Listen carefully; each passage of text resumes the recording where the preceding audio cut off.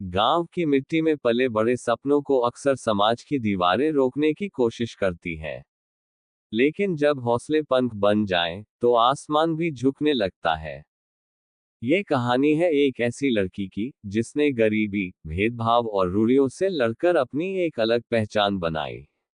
सीमा नाम की लड़की बिहार के एक छोटे से गांव रामपुर में रहती थी। उसका परिवार गरीब था, पिता खेतों में मजदूरी करते और माँ दूसरों के घर बर्तन मांजती थी। सीमा 3 बहनों में सबसे बड़ी थी। घर की स्थिति ऐसी थी कि 2 वक्त की रोटी भी कभी कभी नसीब नहीं होती। सीमा बचपन से ही पढ़ाई में तेज थी। मिट्टी के आंगन में बैठकर पुराने किताबों से पढ़ना, ट्यूशन न जाकर खुद समझना उसकी आदत थी।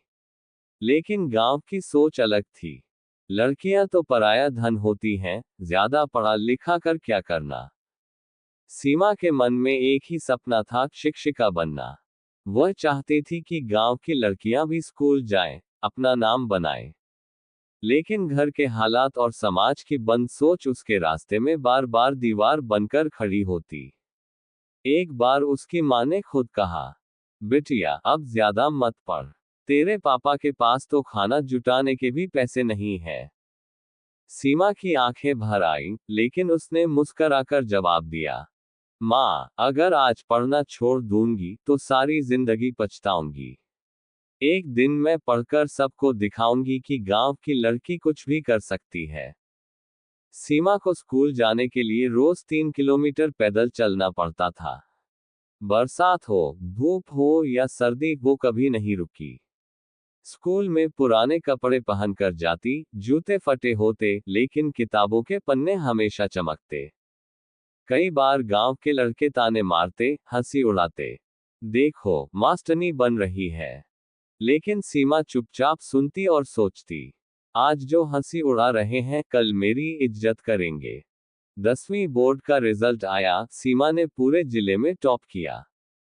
गांव में तहलका मच गया। पहली बार गांव की किसी लड़की ने इतना बड़ा मुकाम हासिल किया था।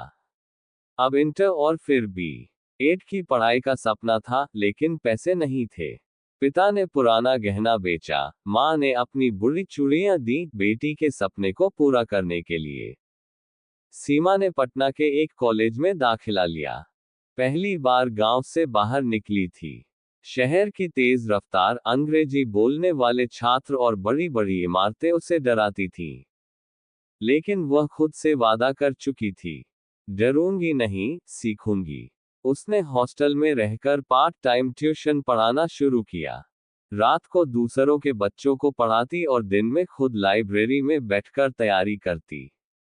आखिरकार सीमा ने बी.एड पूरा किया और सरकारी शिक्षक की परीक्षा पास की।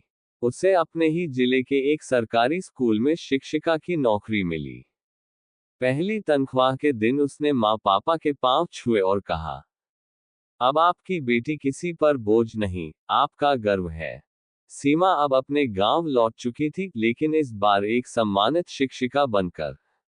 वो सिर्फ स्कूल नहीं चलाती, वो एक प्रेरणा केंद्र भी चलाती है, जहां गरीब बच्चियों को मुफ्त शिक्षा और मार्गदर्शन देती है।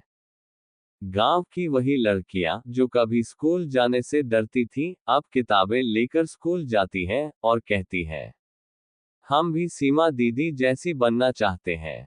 जन्म कहाँ हुआ है, यह महत्वपूर्ण नहीं, सपने कहाँ ले जाते हैं, यह ज्यादा मायने रखता है।